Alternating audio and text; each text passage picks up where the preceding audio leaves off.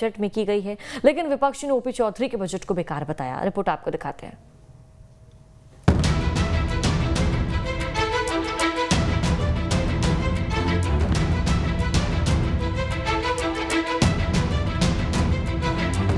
अंधेरों से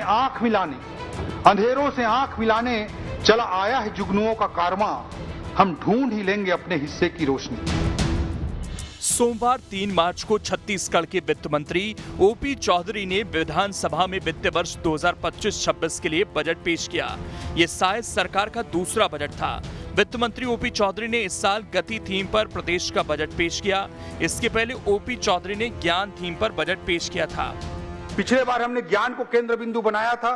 ज्ञान अर्थात गरीब, युवा, अन्नदाता और नारी, इनको अगर हमको आगे बढ़ाना है, इनका अगर हमको उत्थान करना है तो गति आवश्यक है। अध्यक्ष महोदय, गति में जी का अर्थ है गुड गवर्नेंस, ए का अर्थ है एक्सीलरेटिंग इंफ्रास्ट्रक्चर, टी का अर्थ है टेक्नोलॉजी और आई का अर्थ है इंडस्ट्रियल ग्रोथ। अध्यक्ष महोदय, वित्त मंत्री ओपी चौधरी ने अपने बजट में कई बड़े ऐलान किए। वित्त मंत्री ने वित्त वर्ष 2025-26 के लिए 1,65,100 करोड़ का बजट पेश किया। ये बजट पिछले साल की तुलना में 12% ज्यादा है। बजट में 1 अप्रैल से पेट्रोल 1 रुपए प्रति लीटर सस्ता करने की बात कही गई। सरकारी कर्मचारियों का डीए बढ़ाकर 53% किया गया, जो मार्च 2025 से ही बढ़ा हुआ मिलेगा। बजट में महतारी बंधन योजना के लिए 5,500 करोड़ रुपए, पीएम आवास योजना के लिए 8,500 करोड़ रुपए, पीएम श्री स्कूल के लिए 277 करोड़, स्वास्थ्य योजनाओं के लिए 1,500 करोड़, मुख्यमंत्री नगरोत्थान योजना के लिए 500 करोड़, फूड पार्क के लिए 17 करोड़ रुपए, रायपुर से दुर्ग मेट्रो रेल सर्वे के लिए 5 करोड़ रुपए, वहीं रायपुर के सरोना में 100 बिस्तर का अस्पताल बनाने का भी ऐलान किया गया। इसके अलावा 6 नए फिजियोथेरेपी कॉलेज शुरू किए जाएंगे। साथ ही 600 से ज्यादा इंजीनियर्स की भर्ती की घोषणा भी बजट में की गई। आगामी वित्तीय वर्ष 1 अप्रैल 2025 से पेट्रोल पर जो वैट लगता है, उस पेट्रोल की कीमत में 1 रुपए कमी करने का निर्णय लिया गया है। बड़े शहरों की जरूरत मेट्रो, मिनी मेट्रो के रूप में सामने आ रही है। अध्यक्ष महोदय, इस बात को ध्यान में रखते हुए, भविष्य की जरूरतों को ध्यान में रखते हुए रायपुर से दुर्ग तक मेट्रो रेल सुविधा के सर्वे का कार्य भी इस बजट में प्रावधानित है। 5 करोड़ रुपए का प्रावधान किया जाए। हमने अपने जन संकल्प पत्र के अनुरूप रायपुर एवं आसपास के क्षेत्रों को शामिल करते हुए एनसीआर की तर्ज पर एससीआर अर्थात स्टेट कैपिटल रीजन विकसित करने का निर्णय लिए हैं। विधानसभा में बजट पेश होने के बाद सीएम विष्णुदेव साय ने वित्त मंत्री ओपी चौधरी की तारीफ की और इस बजट को छत्तीसगढ़ के लिए सुनहरे भविष्य का बजट बताया। सीएम साय ने कहा कि बजट में सभी वर्गों का ख्याल रखने की कोशिश की गई।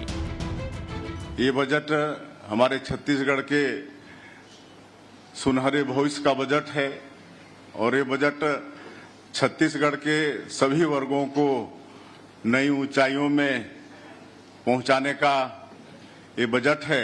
इस बजट में सभी वर्गों के लिए ख्याल किया गया है। इधर विपक्ष ने साय सरकार के इस दूसरे बजट को बेकार बताया। पूर्व सीएम भूपेश बघेल ने कहा कि वित्त मंत्री ओपी चौधरी के इस बजट में किसी के लिए कुछ भी नहीं है। भूपेश बघेल ने कहा कि इस बजट में मोदी की गारंटी भी पूरी नहीं हो रही। इस बजट में कुछ नहीं है। किसानों के लिए कोई योजना नहीं है, सिंचाई के लिए नई कोई योजना नहीं है, बेरोजगारों के लिए कोई योजना नहीं है, महंगाई बेरोजगारी से लड़ने के लिए इसमें कोई योजना नहीं है। जो खुद के मोदी की गारंटी के रूप में जो गैस सिलेंडर 500 रुपये में देने की बात किसी का उल्लेख नहीं, तो इसमें नया कुछ नहीं है। वित्त वर्ष 2025-26 के लिए छत्तीसगढ़ के वित्त मंत्री ओपी चौधरी ने जो बजट पेश किया, उसे 2047 तक विकसित छत्तीसगढ़ के निर्माण के लक्ष्य को ध्यान में रखकर तैयार किया गया। उम्मीद है इस बजट से प्रदेश में नीतिगत सुधार, आर्थिक सशक्तिकरण और राज्य के विकास का मार्ग प्रशस्त होगा। रायपुर से अंकुश शर्मा के साथ टीम न्यूज स्टेट। छत्तीसगढ़ में विष्णुदेव सरकार का दूसरा बजट पेश किया गया। वित्त मंत्री ओपी चौधरी ने विधानसभा में साय सरकार के कार्यकाल का दूसरा बजट पेश किया। बजट पेश करने के बाद वित्त मंत्री ओपी चौधरी ने न्यूज स्टेट से खास बातचीत की। छत्तीसगढ़ में मुख्यमंत्री विष्णुदेव साय सरकार का दूसरा बजट पेश हो गया है और बतौर वित्त मंत्री ओपी चौधरी ने दूसरा बजट पेश किया है। अब तक का ये सबसे बड़ा बजट रहा है और इस बजट को लेकर चर्चा के लिए खुद वित्त मंत्री जी हमारे साथ मौजूद हैं। सर, कैसा रहा इस बजट का पूरा प्लान?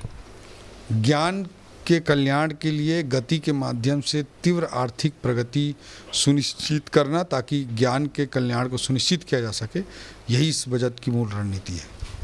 स्वास्थ्य और सुरक्षा दो महत्वपूर्ण चीज़ें इस बजट में दिखी हैं कि क्या प्लानिंग थी, कहाँ कहाँ और कौन कौन योजनाओं के माध्यम से स्वास्थ्य और सुरक्षा में ध्यान देने वाले हैं?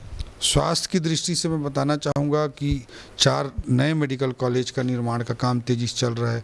आपने बजट भाषण के दौरान सुना होगा कि बहुत सारे नए अस्पतालों का उन्नयन, पब्लिक हेल्थ PHC सेंटर को CHC सेंटर के रूप में कन्वर्ट करना, कई CHC सेंटर को 100 बेड में कन्वर्ट करना, कई 100 बेड को 220 बेड में कन्वर्ट करना, मेडिकल कॉलेज की नई बात, नर्सिंग कॉलेज को 8 से बढ़ाकर, प्रदेश में आज तक के इतिहास में 8 शासकीय नर्सिंग कॉलेज बने हैं, उसको सीधा 20 तक पहुंचाना, एक फिजियोथेरेपी कॉलेज को 7 फिजियोथेरेपी कॉलेज तक पहुंचाना, जैसे बड़ी बड़ी रणनीतियों पर स्वास्थ्य डिपार्टमेंट की ओर से, हेल्थ डिपार्टमेंट की ओर से काम किया गया है।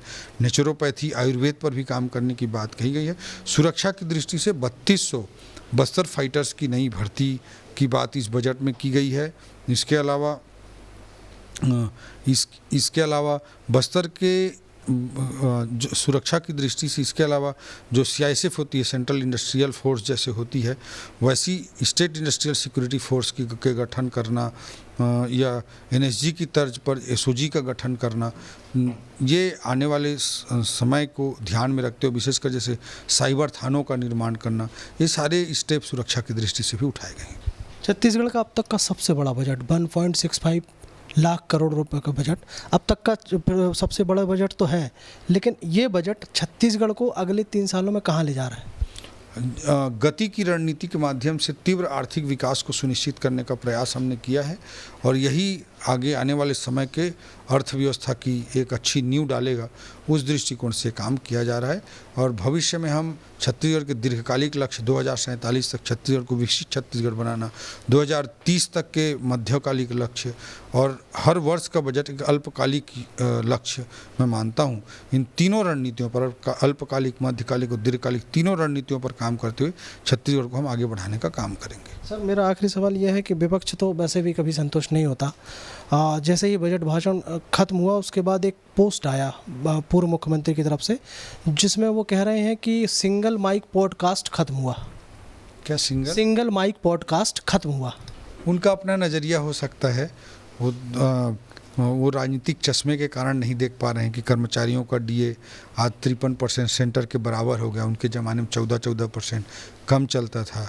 आज GST की दृष्टि से E-way बिल की सीमा 50,000 से बढ़ाकर 1 लाख कर दी गई।